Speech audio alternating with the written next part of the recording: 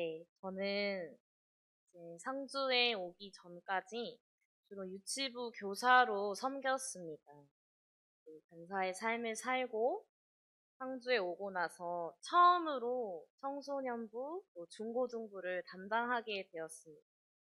이 중고등부를 담당하게 되니까요, 여러 가지 것들을 경험하고 체험하게 되었습니다. 많은 경험 중 하나로 지난 겨울 청소년부 나들이로 대구의 방탈출 카페라는 것을 인생의 처음으로 상주 와서 해보게 되었습니다. 방탈출 카페는요, 갇힌 방, 갇힌 공간에 들어가서 그 안에서 여러 퀴즈를 풀어서 주어진 시간 안에 그 공간에서 탈출하는 것입니다. 그런데 이 탈출하기 위한 이 방, 그 공간에 들어갈 때 어떻게 들어가냐면요. 보이지 않게 안대를 끼고 앞사람 어깨에 이렇게 손을 얹고 앞사람만 의지하면서 가야 합니다. 제가 앞서 말씀드렸다시피 이 방탈출이라는 것이 처음이었는데요. 이 방탈출 카페도 처음이었지만 이 살면서 안대를 끼고 걸어갈 일이 몇 번이나 찾아오겠습니까? 시작부터 고비였습니다. 팀으로 함께 협력해서 그 공간을 퀴즈로, 머리로 탈출하는 건데요. 저와 함께 체험을 할 고등학교 이제 자매들이 몇 번 해봤다고 하더라고요. 그래서 그 아이들은 편하게 안대를 끼고 앞사람 어깨에 손을 턱 얹고 갈 준비가 벌써 돼 있었습니다. 저는 이제 그 맨 뒤에서 일렬로 줄을 서서 맨 뒤에서 안대를 끼고 걸어가려고 하는데요. 발이 도무지 떨어지지가 않더라고요. 어깨에 손을 얹었지만 이 한 걸음 떼기가 너무 어려웠습니다. 또 나름 어른이라고 또 체면이 있지. 애들은 조용히 잘 들어가는데 저 혼자 호들갑 떨면서 들어갈 수 없지 않겠습니까? 그래서 저도 좀 많이 해본 척 조용히 호들갑 떨지 않고 앞사람 어깨에 손을 얹어서 들어갔습니다. 그때 처음으로 눈이 보이지 않는 공포를 좀 경험해 볼 수 있었습니다. 오늘 우리가 볼 말씀에도 두 종류의 맹인이 등장합니다. 오늘 본문은 세 가지 이야기가 숨가쁘게 겹쳐서 나옵니다. 먼저 한 회당장이 예수님께 찾아옵니다. 18절 말씀인데요. 내 딸이 방금 죽었사오나 오셔서 그 몸에 손을 얹어 주소서. 그러면 살아나겠나이다. 회당장은 어떤 사람인가요? 그는 오늘날로 말하면 지역 사회의 최고 지도자, 존경받는 종교 지도자입니다. 그는 율법을 수호하고 공동체의 질서를 책임지는 사람입니다. 그런 그가 당시 바리새인들과 서기관들로부터 비판받던 예수님 앞에, 그것도 수많은 군중이 보는 앞에서 엎드렸다라는 것은 이 자신의 모든 사회적 지위, 명예, 체면을 내던진 것이겠지요. 무엇이 그를 이렇게 만들었을까요? 바로 절박함이겠습니다. 그리고 그 절박함 속에서 싹튼 믿음입니다. 다른 방법은 다 소용없어도 저분이라면, 예수님이라면 내 죽은 딸도 살리실 수 있다. 이 회당장은 아마 알았을 겁니다. 사르밧 과부의 아들을 살린 엘리야의 기적과 수넴 여인의 아들을 살린 엘리사의 기적이 적혀 있는 구약 말씀을 보았으니까요. 구약 말씀을 봄을 통해서 메시아라면 할 수도 있지 않을까 하는 믿음으로 나아간 것입니다. 그는 자신의 모든 경험과 지위를 넘어선 믿음의 눈을 가졌던 것입니다.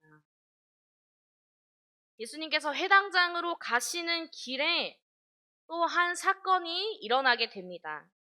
더 절박한 한 여인이 등장하게 되는데요.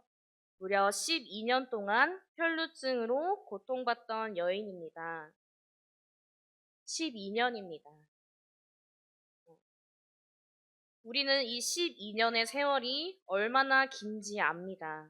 이 여인은 12년간 하열하는 이 병마와 싸웠을 뿐 아니라 율법에 따라 부정한 여인으로 낙인 찍혀 가족과 공동체로부터 철저히 격리된 삶을 살았습니다.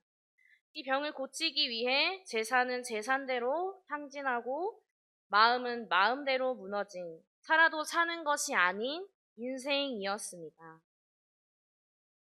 그런 그녀가 밖에 나올 수도 없는, 나와서도 안 되는 그런 그녀가 사람들 틈에 끼어든다는 것은 목숨을 건 행동입니다. 만약 들키면 돌에 맞을 수도 있습니다. 하지만 이 여인 역시 절박함과 믿음이 있었습니다. 내가 그의 겉옷만 만져도 구원을 받겠다. 그녀의 영적인 눈은 수많은 무리 속에서 정확히 구원자이신 예수님 한 분만을 바라보고 있었습니다. 예수님은 이들의 믿음을 보셨습니다. 여인에게는 딸아 안심하라 내 믿음이 너를 구원하였다 선포하시고 회당장의 집에 가서는 죽은 딸의 손을 잡아 살리셨습니다.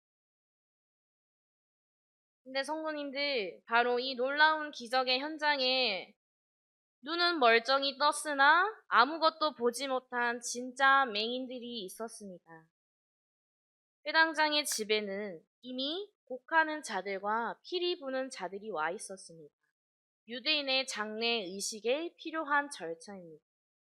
24절 말씀입니다. 예수님께서 그들에게 이 소녀가 죽은 것이 아니라 잔다고 말씀하십니다. 그러자 이 사람들이 어떻게 반응합니까? 비웃더라입니다.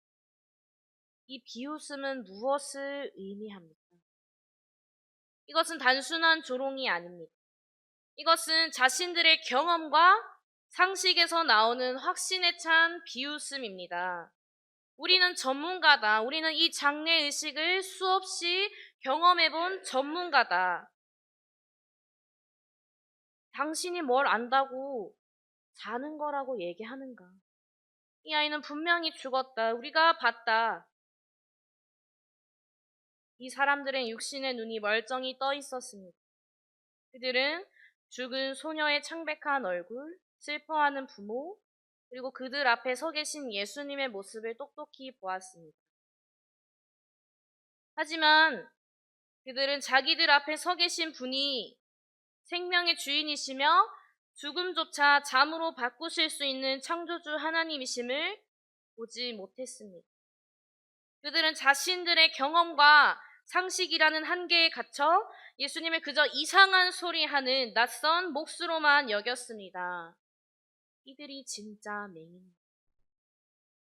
눈은 뜨고 있으나 생명의 주관자이시며 마른 뼈를 살리시고 회복시키실 수 있는 분이며 죽음의 권세조차 물리치실 메시아임을 알아보지 못하는 영적인 맹인입니다. 자신의 경험이 하나님보다 더 위에 있는 사람입니다. 예수님께서 회당장의 집에서 나오실 때 이번에는 정반대의 사람들이 등장합니다. 앞을 보지 못하는 육신의 맹인입니다. 그들은 예수님의 얼굴을 단 한 번도 본 적이 없습니다.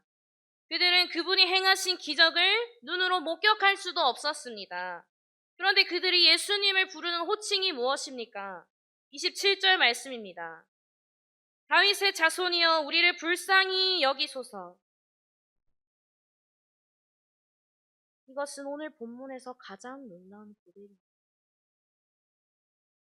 다윗의 자손이라는 호칭은 유대인들이 수천 년간 기다려온 메시아, 즉 구원자이신 왕을 부르는 이름입니다.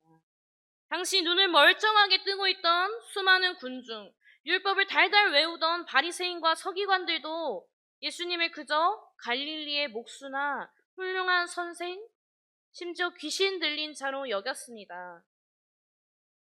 하지만 모든 빛이 차단된 캄캄한 어둠 속에 있던 두 맹인은 그들의 영적인 눈으로 예수님이 바로 구약에서부터 약속된 메시아이심을 정확히 꿰뚫어 보았습니다.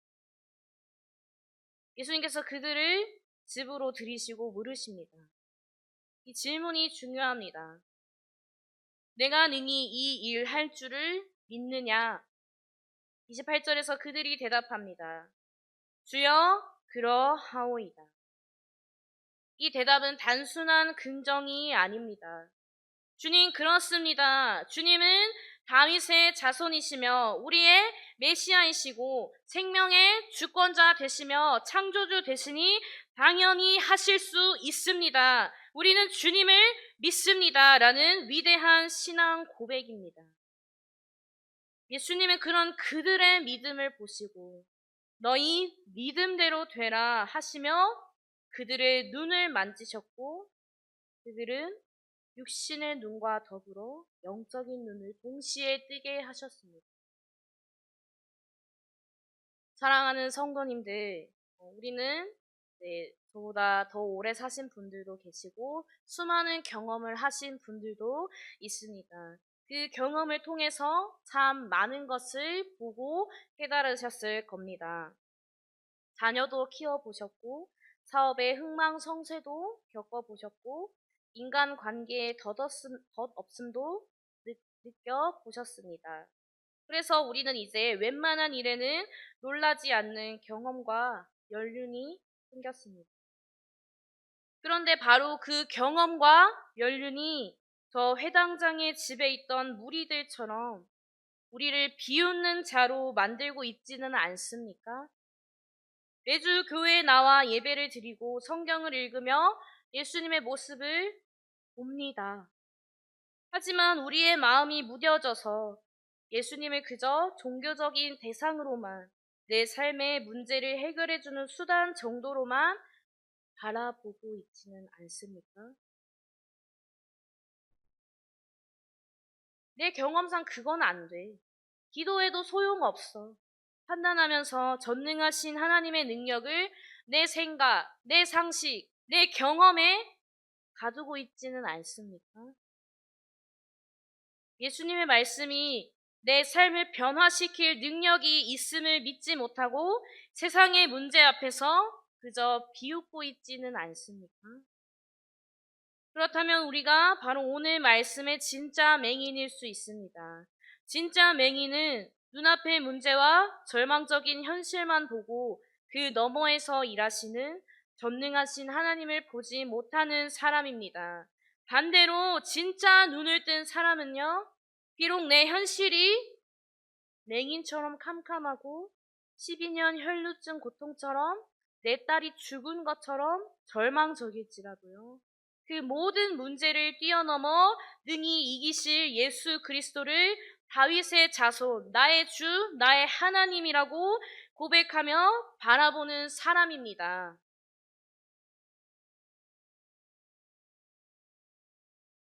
오늘 이 시간 진짜 주님을 바라봅시다. 진짜 하나님을 바라봅시다. 내 눈에 갇힌 하나님이 아니라 내 능력에 내 상식 속에 갇힌 하나님이 아니라 나의 생각을 뛰어넘어 일하실 하나님을 바라보길 소원합니다. 그럴 때 주님이 내 믿음대로 될지어다 라고 말씀해 주십니다. 이 시간 짧게 기도하면 좋겠습니다. 주님, 우리의 눈을 감겨주시고, 나의 눈을 감겨주시고, 오직 주님만 바라보는 믿음의 눈을 뜨게 하여 주시옵소서. 그리하여 우리의 이 남은 생애가 내가 가진 경험이 아니라 오직 하나님의 약속만을 붙들며 주님, 그러합니다. 주님이 나의 주인이십니다. 주님이 이 모든 것을 해결하실 영원한 왕입니다. 라고 고백하는 기도를 이 시간 짧게 드리고 제가 마무리 기도하겠습니다. 나의 눈이 아니라 나의 생각이 아니라 내 경험이 아니라 이 모든 것을 뛰어넘어 일하실 하나님을 바라보게 하여 주시옵소서. 죽은 자를 살리시고 물 위를 걷게 하시고 파도를 잠잠하게 하실 그 놀라운 능력의 하나님을 바라봅니다. 우리의 생명의 주관자 되시고 처음부터 끝까지 모든 것 되시는 예수 그리스도를 바라봅니다. 주님, 우리의 육적인 눈을 감겨주시고 하나님을 보지 못하는 이 눈을 감겨주시고 모든 문제 앞에, 모든 상황 앞에 하나님을 바라볼 수 있는 눈을 열어주시옵소서. 성령 충만함으로 예수 그리스도 한 분만을 바라보게 하여 주시옵소서. 모든 문제와 모든 어려움 앞에서 우리가 흔들리는 것이 아니라 믿음으로 예수 그리스도를 바라볼 때 그 모든 어려움을 뛰어넘어 일하실, 그 모든 한계를 뛰어넘어 일하실 하나님을 신뢰함으로 나아가기 간절히 소원합니다. 우리의 삶에 역사하시고 우리를 사랑하시고 우리를 지금까지도 인도하여 주시, 앞으로도 인도하여 주실 주 예수 그리스도의 이름으로 기도드립니다.